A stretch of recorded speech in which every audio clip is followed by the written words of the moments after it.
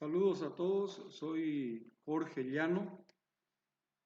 Voy a hablarles sobre la política y estrategia espacial del Paraguay. Todo esto como una herramienta para el desarrollo y la defensa nacional. Título que corresponde a un libro del presidente de la Agencia Espacial del Paraguay, el coronel Liduvino Bielma. En el futuro se combatirá en el espacio, desde el espacio, por el espacio y dentro del espacio. Esta afirmación le corresponde a Lawrence Friedman, año 1998. El poderío espacial, aspectos filosóficos y doctrinarios.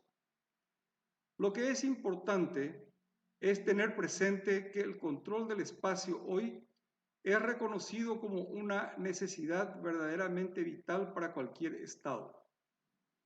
La política comprende las capacidades, los manifiestos y la acción. Los documentos de la política, declaraciones de la visión, planes de largo alcance y otros parecidos, son todos útiles, en efecto, son hitos esenciales en el viaje de las fuerzas del espacio, de servicio completo y en el campo de la defensa, que incluye la puesta y utilización de armamentos en ese ambiente. Sin embargo, los documentos, discursos, acuerdos, etc., no son sinónimos de una política que ha sido debidamente interpretada. El poderío espacial y la idea y la gran tradición del pensamiento estratégico. Estratégicamente, el espacio es otro ambiente que se presta para el conflicto. La condición respecto a los paralelos geográficos es la evidente diferencia en la escala entre la Tierra y su atmósfera y el resto del universo, o sea, el espacio. A pesar de la vasta asimetría que existe entre el ambiente geográfico terrestre y el espacio, no es completamente obvio que las estrellas o los cielos tengan un significado estratégico para los planificadores de defensa contemporáneos. Hoy día se detectan amenazas que se originan más allá del sistema terrestre lunar. Ante tales desafíos, seremos afortunados si somos capaces de por lo menos percatarnos de la aproximación de tales amenazas y a la larga, en verdad, la seguridad de la raza humana muy probablemente dependerá de su poderío espacial. La amenaza aleatoria de los objetos extraños y veloces en el espacio parecería que nos plantea una amenaza a la vida mucho más severa que la amenaza objetiva de las civilizaciones terrestres, que nada saben referente a tratados bonitos como el de la Convención de Génova. Un asteroide podría extinguir la experiencia humana y terminar con los argumentos de carácter religiosos.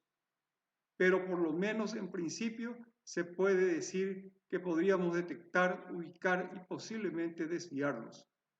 Estos temas parecerían extraños e incluso suenan extravagantes, asteroides y extraterrestres, para demostrar que conocemos completamente que hay un sentido geográfico clave en el cual el espacio es distinto al ambiente terrestre confinado, ya sea aire, mar, tierra, y con los cuales estamos más o menos familiarizados.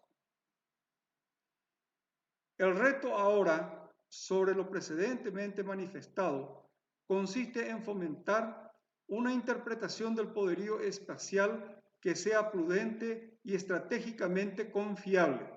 Los científicos y los poetas están en lo cierto al insistir que nos acerquemos a las estrellas con el debido respeto y temor. Para la interpretación del poderío espacial, la opinión que el espacio es distante y es diferente, exóticamente de los ambientes terrestres familiares, por ende es distinto estratégicamente.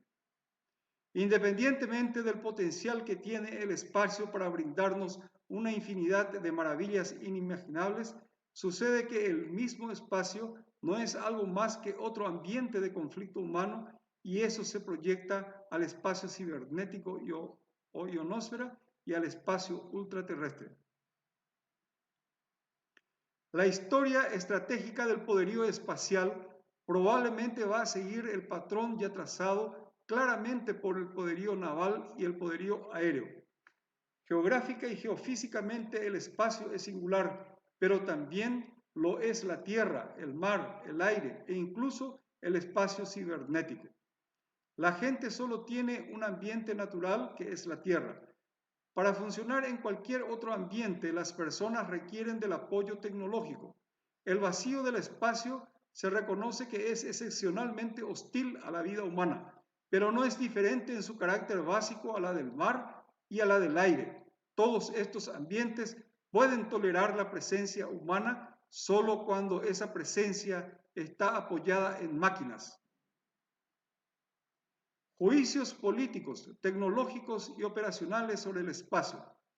Para este segmento, retomemos los planteamientos de Friedman, ya antes aludidos, y en ese sentido, hace suponer que la guerra de la era espacial, incluyendo el combate en el espacio, desde el espacio y dentro del espacio, puede que se demore en llegar, pero su llegada es inevitable. El breve análisis que hace Friedman sobre la dimensión del espacio supone una evolución de los asuntos estratégicos y señala como problema la falta de voluntad o a veces la incapacidad de la gente en abordar al espacio como otro ambiente geográfico donde se puede librar conflictos. Los altos costos contemporáneos del acceso a las órbitas, la lentitud de las transferencias orbitales y los distintos regímenes políticos, éticos, cuasi legales hacen al espacio interestelar diferente y que lo consideran como la última frontera común de la humanidad. El poderío espacial y la guerra espacial están para llegar y aquí se impone una pregunta. ¿Será que estaría el universo en paz con nosotros? Haciendo a un lado por un momento las políticas de debates públicos, puede que no sea importante cómo caracterizamos lo que está pasando en el reino espacial.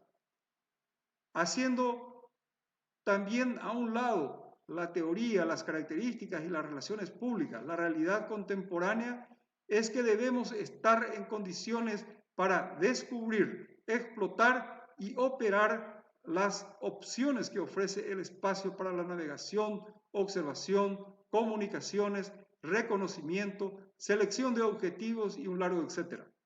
De esta manera, para bien o para mal, la era de la dependencia en los sistemas del espacio ha llegado. La revolución del poderío espacial y la guerra de información o cibernética.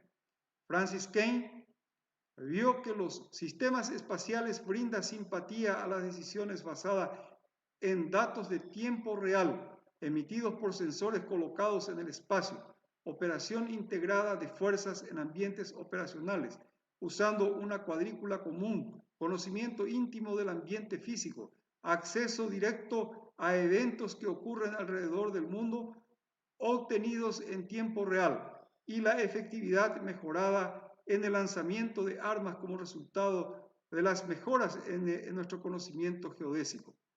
Los guerreros de la información trabarán combate cibernético siempre que se lo permitan hacerlo. La Fuerza Espacial de Trump. Por primera vez oímos el término fuerza espacial de labios del presidente estadounidense Donald Trump, lo cual significa que el asunto es cosa seria. El gobierno de Trump espera tener para Estados Unidos una fuerza espacial en funcionamiento a partir del año 2020.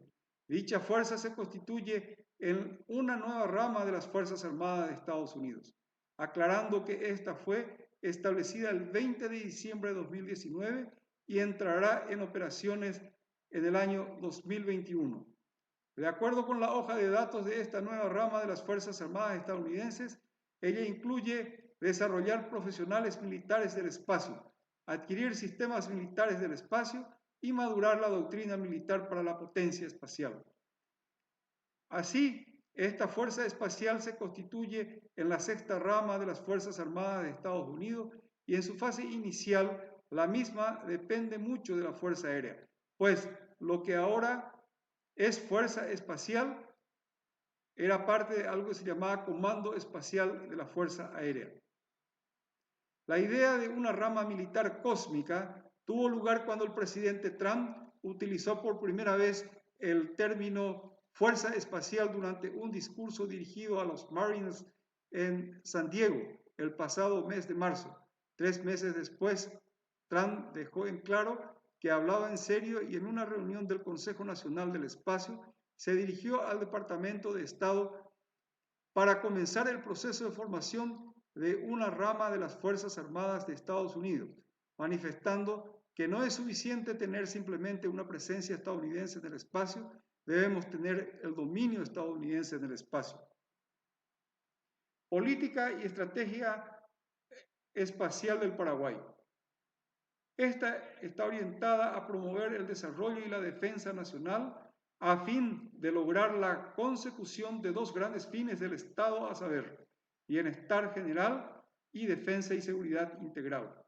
Conforme a lo expuesto en la primera parte de esta presentación, se colige de manera inequívoca que el desarrollo, la aplicación y el uso de tecnologías espaciales juegan un papel relevante en las actividades normales del ciudadano actual. El bienestar general es la situación en la que las necesidades espirituales y materiales de una persona se satisfacen en forma adecuada y oportuna en un ambiente de seguridad y tranquilidad. El bienestar general exige la configuración de un orden social óptimo e inspirado en el bien común, un orden que posibilite y asegure a las personas su plena realización. La defensa nacional, por su parte, lo constituye el conjunto de previsiones, decisiones y acciones que el Estado adopta para garantizar su propia existencia al mismo tiempo que para proteger el desarrollo del país. Es así que la defensa nacional ayuda al logro de la seguridad nacional. Por su parte, la seguridad integral es un concepto que comprende la protección y garantía para hacer que la acción política del Estado se desarrolle en completa normalidad y para que el bienestar general se vaya alcanzando en forma sistemática, sistémica y sostenida. Bajo el título de creación de la Agencia Espacial del Paraguay, hablamos de esta institución que fue creada por virtud de la ley número 5115/14 y que constituye una agencia encargada de la regulación y aplicación de todo lo concerniente en temas espaciales para el Estado paraguayo y que depende directamente de la Presidencia de la República y cuyas actividades están orientadas al uso del espacio ultraterrestre en lo pertinente a la investigación, desarrollo e innovación en temas espaciales y su consecuente ejecución.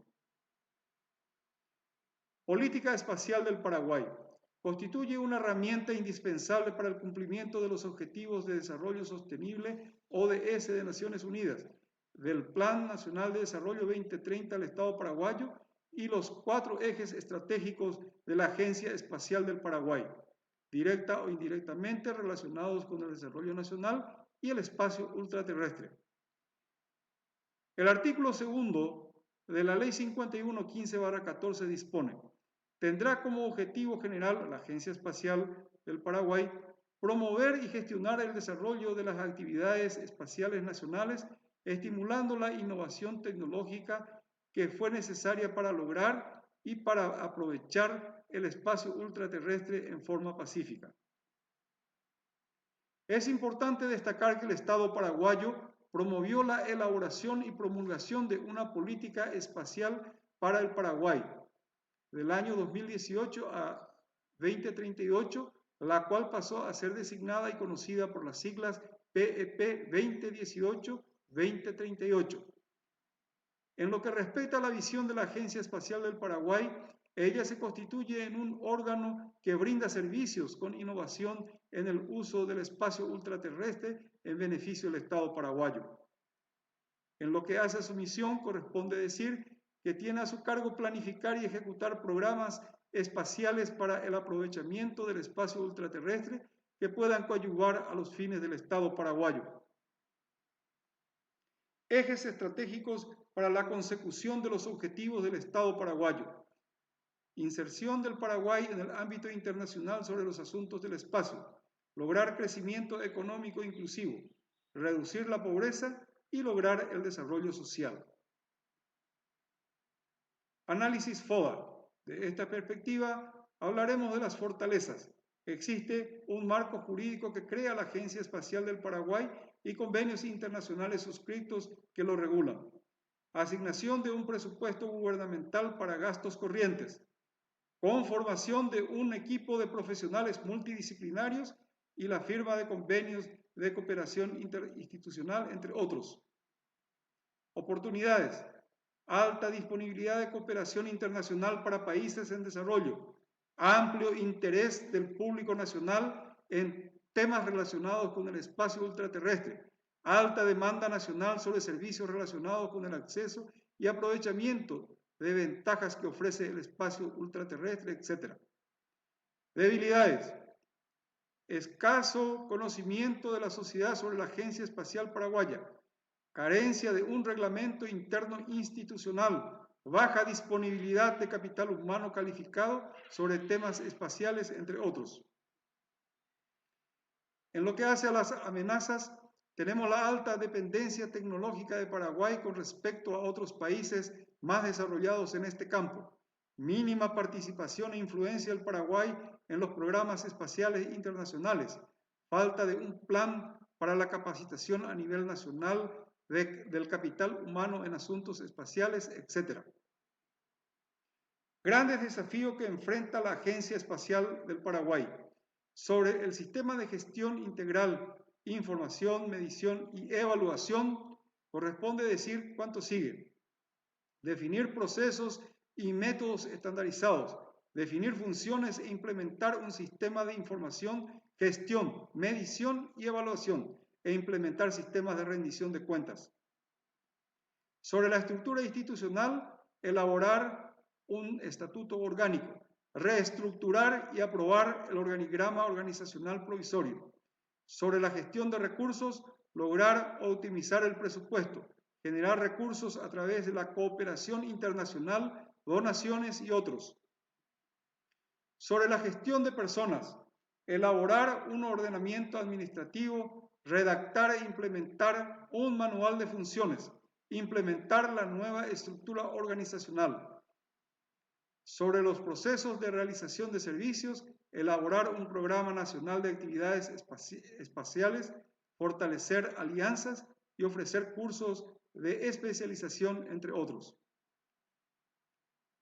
Sobre el proceso para la implementación y control operacional, corresponde señalar que conviene elaborar el reglamento interno. Se debe fortalecer el esquema de pasantías dentro de la Agencia Espacial del Paraguay, etc. Conclusiones.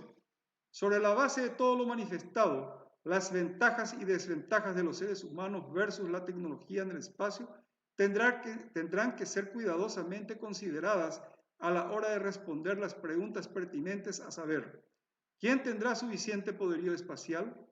¿De qué clase y cuándo la usará? El espacio hoy es explotado para fines comerciales y funciones militares vitales simplemente porque es eficiente hacerlo. Debemos preocuparnos de las vulnerabilidades nuevas en la manera en que dependemos más y más de las plataformas de órbitas, así como estamos en lo correcto al estar ansiosos respecto a una floreciente dependencia cibernética. La guerra espacial es una realidad inminente, cuyo prospecto está respaldado por toda la historia, así como por la lógica de la estrategia. El presidente Dwight Eisenhower había dicho alguna vez que nuestro real problema no es nuestra fortaleza de hoy, más bien es la necesidad vital de acción de hoy para asegurar nuestra fortaleza de mañana. Muchas gracias y que Dios nos bendiga a todos.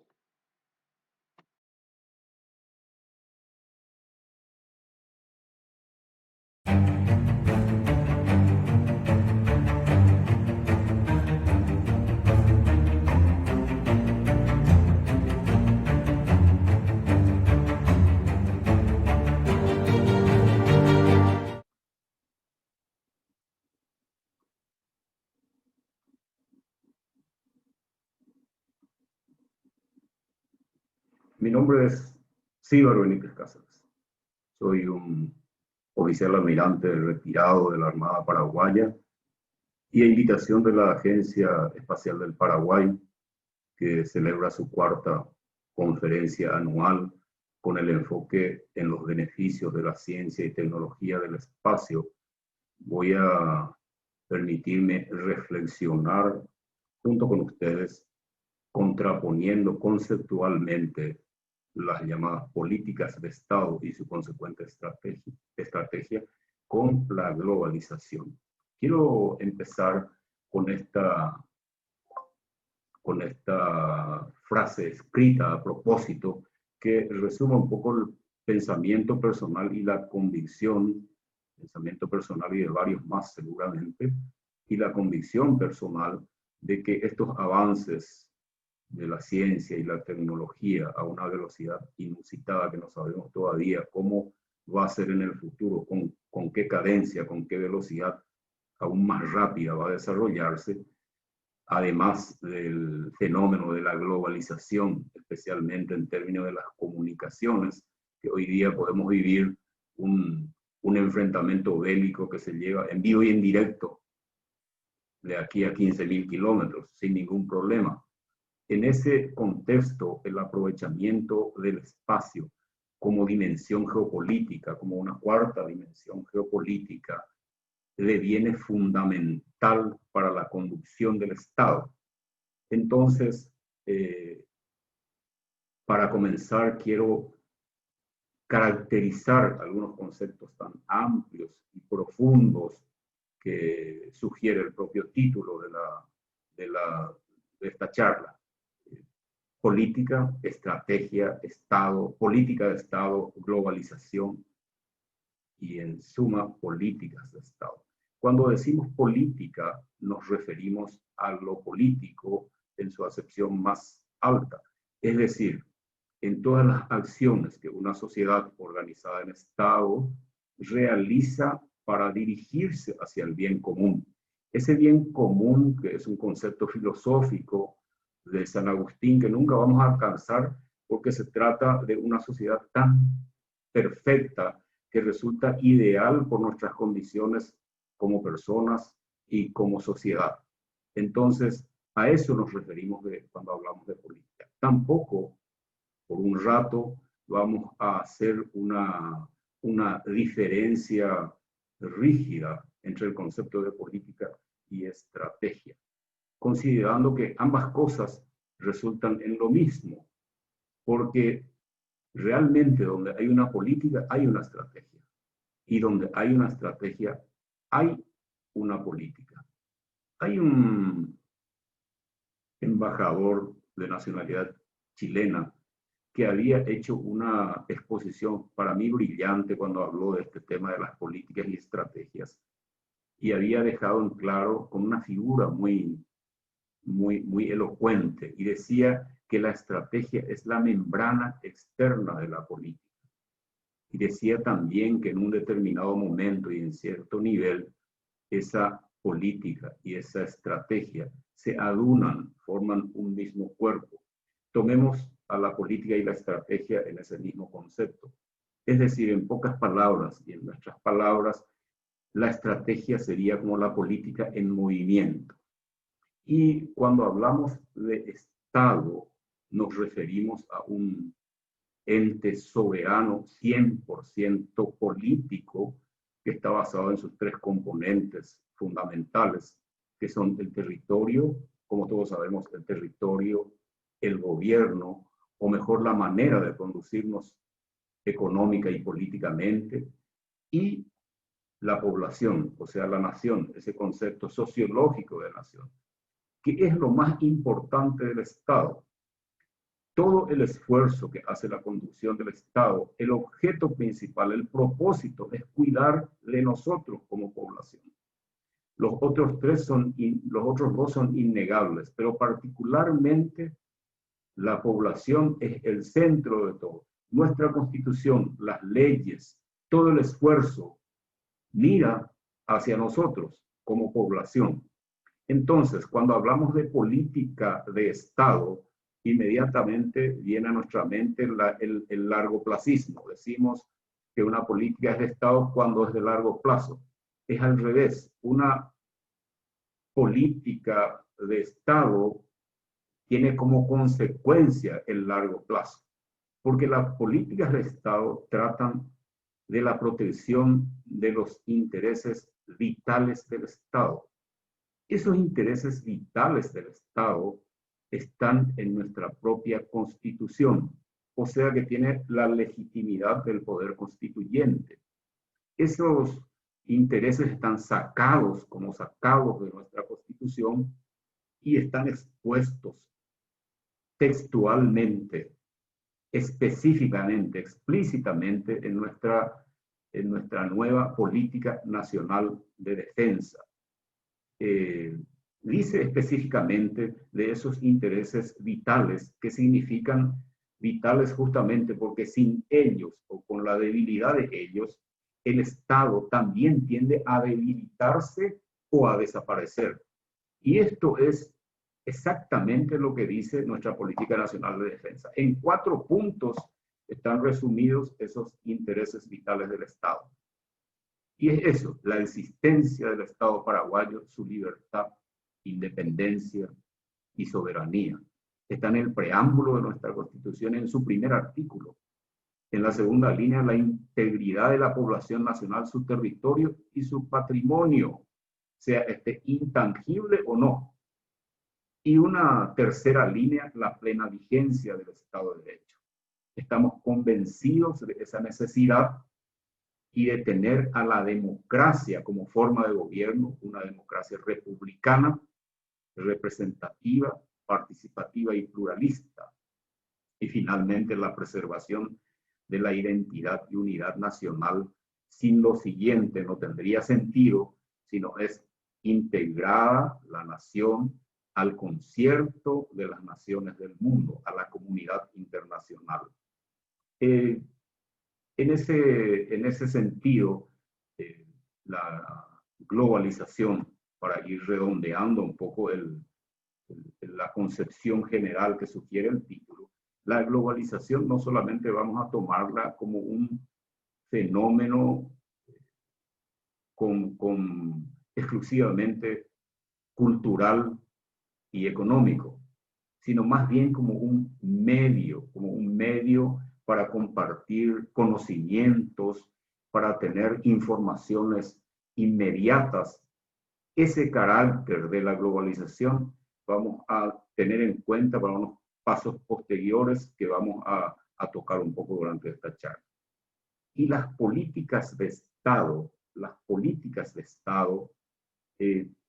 también conllevan la estrategia del Estado. Las políticas de Estado se traducen en la conducción de nuestro Estado, la conducción superior de nuestro Estado.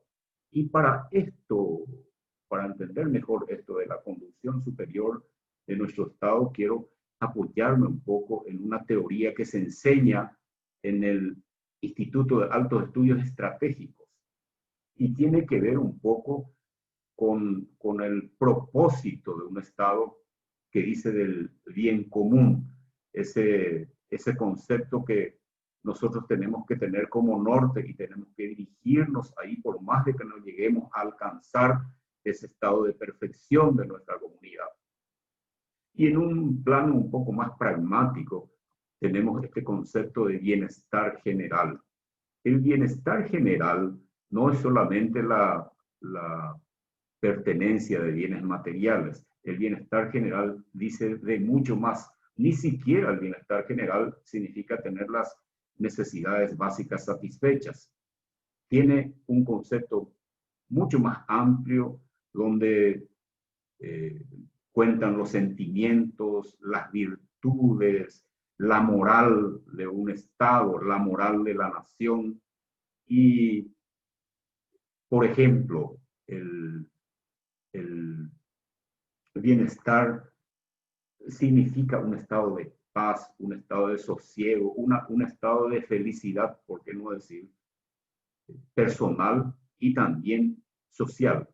Ese bienestar general se parece mucho a lo que conocemos como paradigma del desarrollo sostenible. Incluso solemos decir que el desarrollo sostenible hace al bienestar general. Ese desarrollo sostenible, entendido como el equilibrio entre el desarrollo humano personal, el desarrollo humano social también, el medioambiental y el desarrollo económico, que es tan obvio. Entonces, ese bienestar general, esa sensación de paz, creo que se puede comparar a un término que usamos en guaraní cuando decimos aguapú, que es exactamente esa sensación de bienestar. Obviamente, esa sensación, ese sentimiento de tranquilidad y paz, no solamente se tiene con los bienes materiales. Ahí es donde entra un poco el tema que queremos resaltar con el aprovechamiento de los beneficios del espacio. No podemos quedarnos solamente en esa posición estática de tener la satisfacción de las necesidades básicas y nada más. Hay mucho más que explorar, hay mucho más que adicionar para que yo tenga ese sentimiento de paz, ese sentimiento de tranquilidad, ese sentimiento de levantarme cada día y estar feliz con lo que hice y a lo que llegué. Ese es el bienestar general. Ahora vamos a dejar un poco de un lado este lado de los fines del Estado para hablar de su complemento indisoluble, que es la seguridad. Y se llama, de alguna manera, por llamarlo de alguna manera, se llama seguridad integral. Esa seguridad que no solamente es la seguridad ciudadana que tanto nos preocupa a todos, sino esa seguridad mucho más amplia, una concepción mucho más amplia, que incluye a la seguridad jurídica, por ejemplo, a la seguridad ambiental o cualquier otra especie de seguridad con un apellido cualquiera. La seguridad integral, la seguridad global, que es una consecuencia de la acción de la defensa. Y aquí es que quiero llamar un poco la atención en esta cuestión de la globalización como medio de comunicaciones y como medio de intercambio, no solamente de bienes y servicios, sino también de informaciones y de conocimiento, como habíamos dicho anteriormente. Esa condición de los beneficios de la globalización no discrimina entre malos y buenos. En realidad que nunca estuvimos separados malos y buenos. Estamos todos mezclados, en realidad, por decir de alguna manera. Y esa globalización, ese beneficio de la globalización, le alcanza a un grupo de terroristas, como a un grupo de narcotraficantes o a una persona de ese ámbito, como también alcanza a un paciente investigador o a un alumno de un colegio, de una escuela, de una facultad o algún político de buen propósito. Nos alcanza a todos. Y ese aspecto de la globalización tiene que ver un poco con esta faceta de la seguridad como propósito del Estado, como fin del Estado. Me explico en el sentido de que en la conducción superior del Estado se tienen en cuenta la actuación de otros actores, sean estos como Estado-nación o como organización legal complementaria. Las ONGs también son actores, a veces personas también son actores. Y ese carácter que tiene la conducción estratégica en el sentido de ser recurrente, de existir una dialéctica permanente, un intercambio permanente de mensajes de ida y vuelta entre los actores y uno mismo como actor, en este caso el Estado, esa característica hace de que explorar en el espacio, sacar los beneficios del espacio, como habíamos dicho, como una cuarta dimensión geopolítica que pretende justamente tener objetivos a partir de ese espacio, objetivos nacionales, entonces es que importa mucho conocer también el espacio. Hay que decir únicamente que siendo esa seguridad tan amplia, que tiene como objeto otra vez lo más importante de los componentes del Estado, que somos nosotros, esa seguridad, esa cancha necesaria donde yo pueda venir a desarrollar mis cualidades y obtener, o mis conocimientos y obtener ese bienestar, se consigue con la acción defensa. O sea que la defensa es una acción y la seguridad la consecuencia. Obviamente, si hablamos de esa seguridad en un concepto tan amplio, la defensa nunca puede ser solamente la defensa en un concepto militar. Es una defensa justamente de nuestros intereses vitales del Estado. Eso es defensa nacional en su concepción integral, no solamente a lo que compete exclusivamente al Ministerio de Defensa, por ejemplo, que es un organismo fundamental contribuyente a esa defensa integral que hace también a la seguridad integral de la que hablamos. En ese sentido, el conocimiento del espacio y los esfuerzos que están haciendo dentro de la Agencia Espacial del Paraguay, que próximamente vamos a poder tener un satélite propio, resulta que en ese ida y vuelta con los actores importa mucho la libertad de acción para guardar nuestros propios objetivos. Y esa libertad de acción está muy ligada a la independencia, que nunca va a ser total. Una dependencia de algo disminuye, lógicamente, la libertad de acción. Quedémonos con ese concepto de que este tema del conocimiento y la exploración del espacio importa al bienestar general en su concepción máxima, tanto como a la seguridad integral. O sea que necesariamente tenemos que considerar estos aspectos previos para entender un poco y dejar bien claro de que incide directamente en el bienestar general y en la seguridad integral. Parece indiscutible que esa exploración, ese conocimiento para aprovechar mejor esa cuarta dimensión, incide directamente en el bienestar general, en ese concepto que habíamos dicho de paz, de serenidad y de tranquilidad, y en ese concepto también de la seguridad integral que permite ese bienestar general. El bienestar general, dejé escrito esto acá para que quede bien claro, estimula la investigación y la innovación. Miren hasta dónde han llegado los de la AEP, justamente por entrar en ese mundo casi desconocido por todos nosotros. Exige conocimientos y nuevas tecnologías contribuyentes al propósito de la AEP.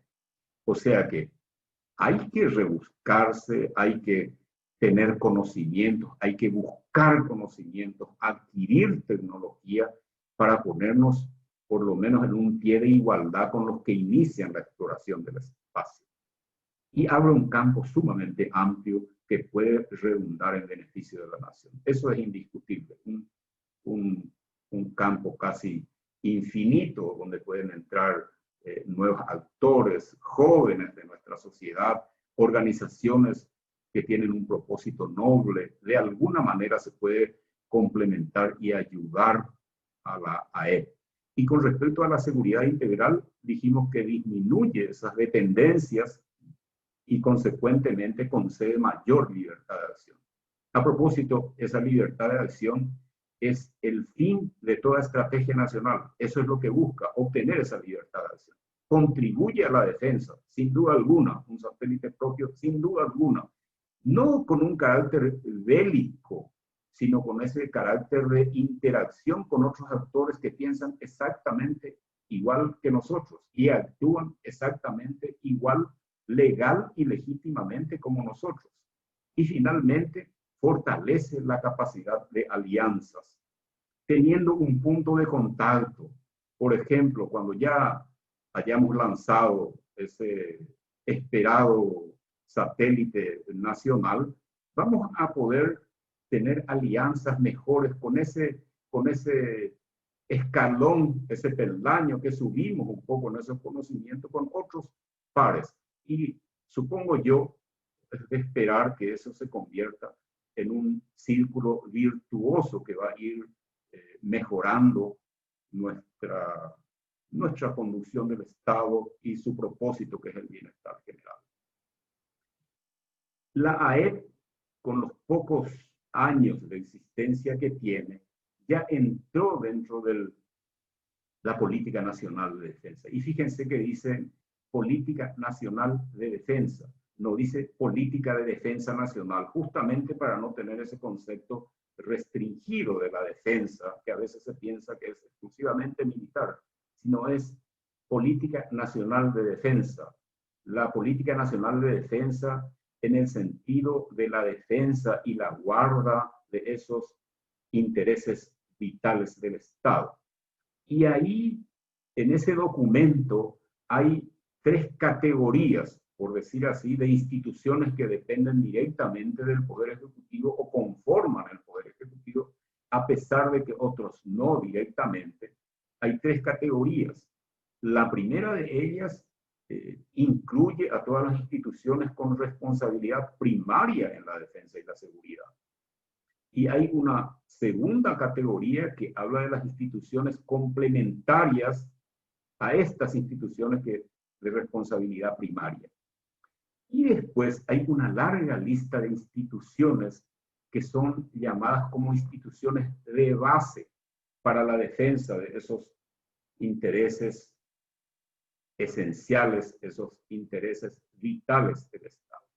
Y entre esas instituciones está, por ejemplo, el Ministerio de Salud, fíjense si no, mucho más ahora en este tiempo, el Ministerio de Educación, por supuesto, las binacionales como entes que importan particularmente que importan y aportan a los beneficios económicos del Estado y otras varias instituciones. Y también ya está la Agencia Espacial del Paraguay. Ocupa ya un lugar a nivel de eso por la importancia que se dio desde el punto de vista de la defensa integral del Estado. Y esta es textualmente la alusión a la AEP en ese documento de la Política Nacional de Defensa. Dice, promoverá el fortalecimiento de la investigación, el desarrollo y la innovación mediante la ciencia, la tecnología y datos aeroespaciales, con la finalidad de proveer mejor servicio y dotar de más medios en su ámbito para cooperar con la defensa nacional. Podríamos añadir para cooperar con la defensa nacional y el desarrollo nacional, si se quiere. Está puesto ahí la defensa nacional, no con ese carácter excluyente, sino como defensa nacional que hace a todas las instituciones y a todos los paraguayos que habitamos esta tierra. Finalmente, quiero atreverme también a desearles mucho éxito y pasarles el ánimo que tiene mucha gente común como cualquiera, como nosotros, sobre la AEP, sobre la Agencia Espacial del Paraguay. Y les puedo asegurar que esto es una opinión generalizada. Es como la opinión pública. Saber algo de la AEP, cuando uno ve o cuando lee en los diarios algo de la AEP, siempre es una buena noticia. Siempre despierta una curiosidad y esa curiosidad estimula y da esperanzas. Por eso es que les decía que me atrevería no solamente a tener éxito, que doy por descartado en esta serie de conferencias, sino a tener éxito en el propósito de la ECO, justamente aprovechando la iniciativa y la calidad de quienes están al frente ahora de la Agencia Espacial del Paraguay. Por lo demás, solamente queda desearles éxitos en esta conferencia y reitero en los propósitos de nuestra Agencia Aeroespacial. Muchísimas gracias.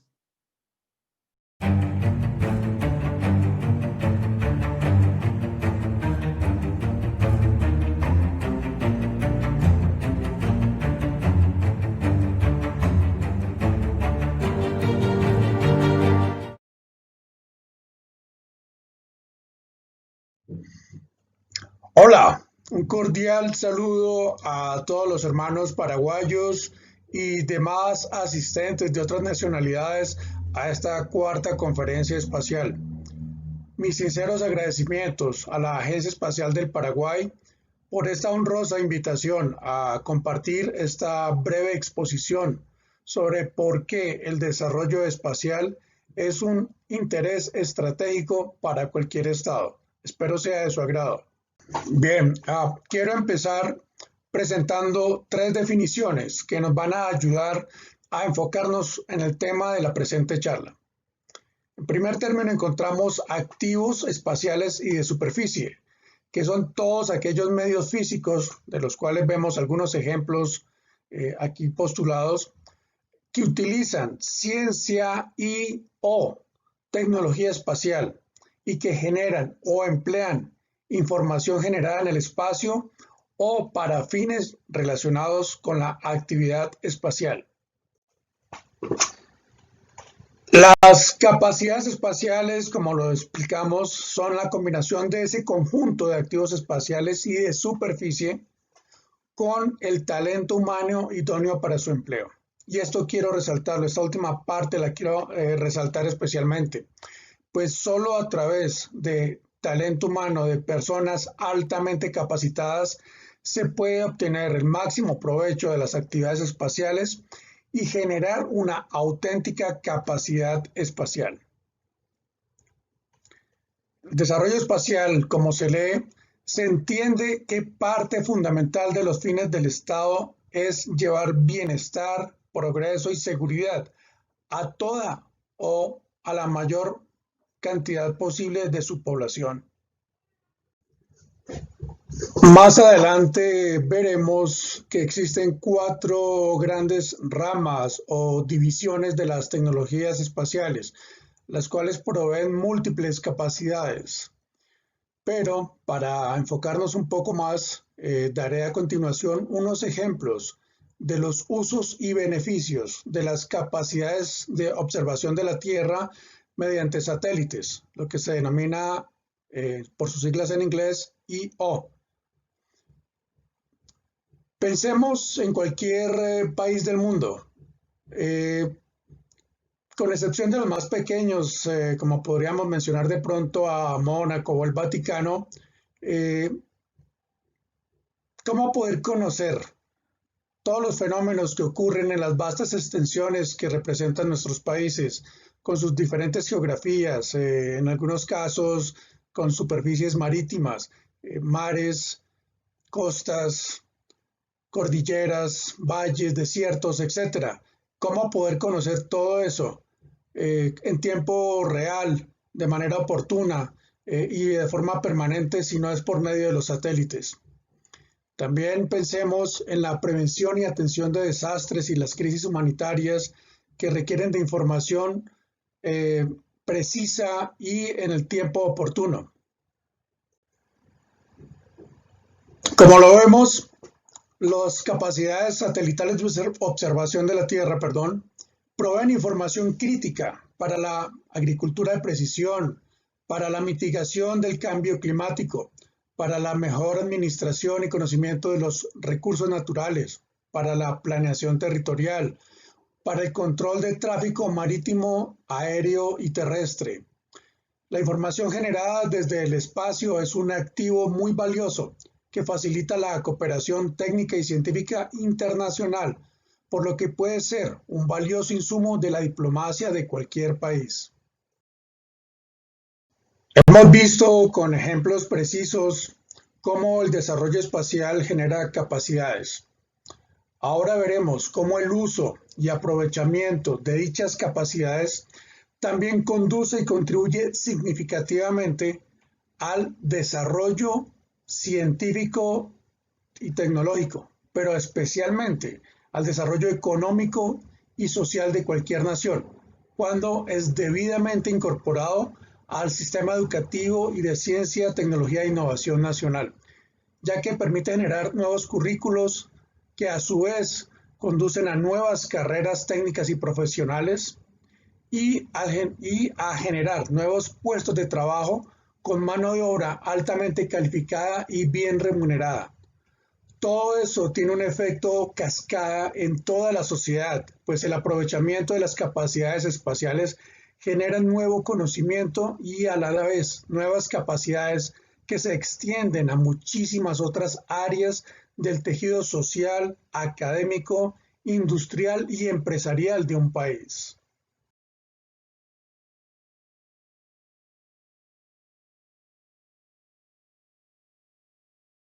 Vimos cómo el desarrollo espacial contribuye al desarrollo económico y social de un país al impactar positivamente diferentes ámbitos de la vida nacional. Ello a su vez facilita la implantación de un país en la enorme economía espacial global, la cual es una gigantesca cadena de valor en la cual circulan bienes, servicios y capitales tanto internamente en el mismo país como internacionalmente. Diferentes fuentes dan valores a la economía espacial global que varían anualmente entre 330.000 a 380.000 millones de dólares. En la imagen presentamos el estudio del gobierno australiano que se empleó como insumo para demostrar la necesidad de la creación de su propia agencia espacial, lo cual se dio en el año 2018. El gobierno australiano estima que en el 2016 la industria espacial o la economía espacial mundial movió cerca de 335.000 millones de dólares, de los cuales 84.000 fueron de la industria no satelital propiamente y 261.000 millones de la industria satelital.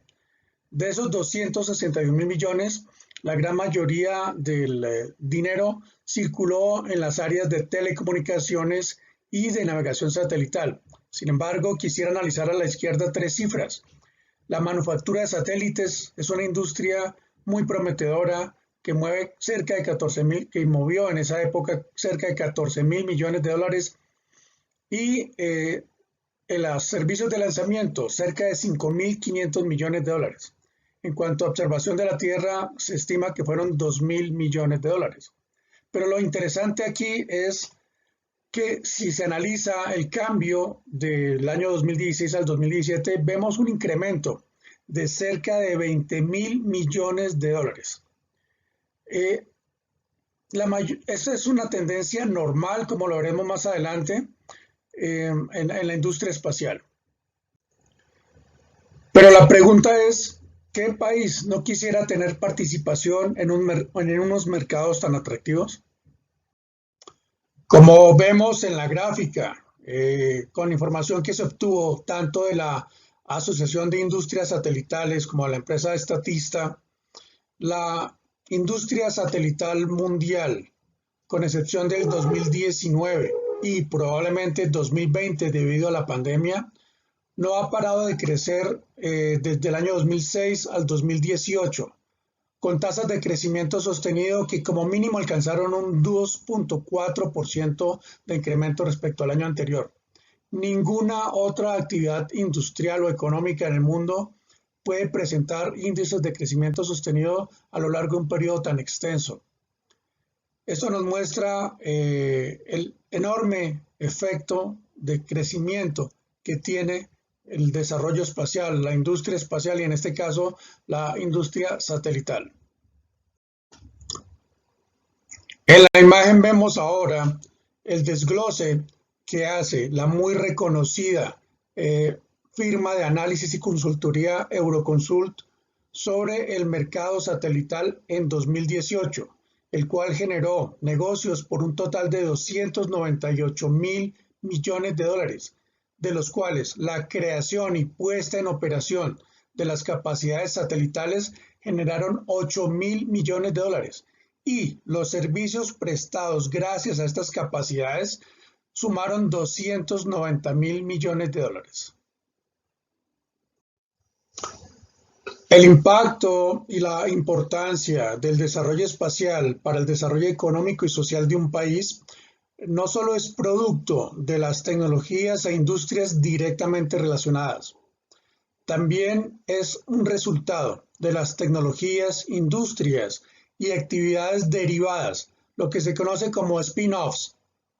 Esta gráfica, que ilustra perfectamente lo anterior, muestra un estudio de la NASA que indica cómo por cada dólar que el gobierno de los Estados Unidos invirtió en la NASA en el año 2017, la economía de los Estados Unidos, y eso ocurre no solamente en ese año, sino en cada año, tiene un impacto positivo, un crecimiento adicional de entre 7 a 14 dólares. En términos prácticos, para el año 2017, el presupuesto de la NASA fue de 17.600 millones de dólares. Ese presupuesto tuvo un impacto positivo en la economía, un crecimiento adicional en la economía de Estados Unidos, estimado de entre 123.000 a 246.000 millones de dólares, que fue posible gracias a las tecnologías, ciencias, industrias y actividades derivadas directamente e indirectamente de las propias de la actividad espacial. Estados Unidos tiene muy claro por qué es necesario invertir tantos miles de millones de dólares en su desarrollo espacial, en su principal agencia como es la NASA, no es la única. Simplemente porque eso no solo le representa avance científico, favorabilidad política entre el público, prestigio internacional, etcétera, sino que produce un impacto económico tan grande que se transfiere a toda la economía nacional, al que simplemente no podrían renunciar, así como no lo pueden hacer otras naciones que lo comprenden e invierten cientos y miles de millones de dólares en su propio desarrollo espacial. Además de todo lo anterior, y como lo mencionaba en una diapositiva previa, las capacidades satelitales proveen información crítica para la toma de decisiones en diversos ámbitos como el económico, el social y el ambiental. En las siguientes diapositivas veremos el impacto de las ciencias y las tecnologías espaciales en el logro de los objetivos del desarrollo sostenible, los cuales fueron acordados en 2015 en el marco de las Naciones Unidas por 193 países firmantes de la Agenda 2030. El desarrollo sostenible se define como satisfacer las necesidades de las generaciones presentes sin comprometer las posibilidades de las generaciones del futuro para atender sus propias necesidades. Aquí podemos apreciar de manera un poco más clara los 17 objetivos del desarrollo sostenible acordados en la Agenda 2030. Si tomamos las 4 grandes divisiones o ramas de la ciencia y la tecnología espacial, como son la navegación satelital, la observación de la Tierra, las comunicaciones satelitales y los servicios y aplicaciones derivados o producto directo de la ciencia y la tecnología espacial, y miramos el impacto que cada una de estas tiene para el logro de los objetivos del desarrollo sostenible, vamos a encontrar que cada una de estas grandes divisiones impacta como mínimo a 6 de los 17 objetivos del desarrollo sostenible. Es decir, Cada una de estas 4 grandes divisiones tiene la posibilidad de ayudar, de contribuir de manera significativa al logro de 6 o más de los objetivos del desarrollo sostenible. Por todo lo anterior, por la gran diversidad de usos, ventajas y transversalidades de las capacidades espaciales, por su impacto económico y social positivo para cualquier nación, por el enorme valor de la economía espacial global y su potencial para generar riqueza a las naciones que hacen parte de la misma, y como lo vimos al final, por su gran aporte al cumplimiento de los objetivos del desarrollo sostenible, es que el desarrollo espacial es de interés estratégico para cualquier Estado.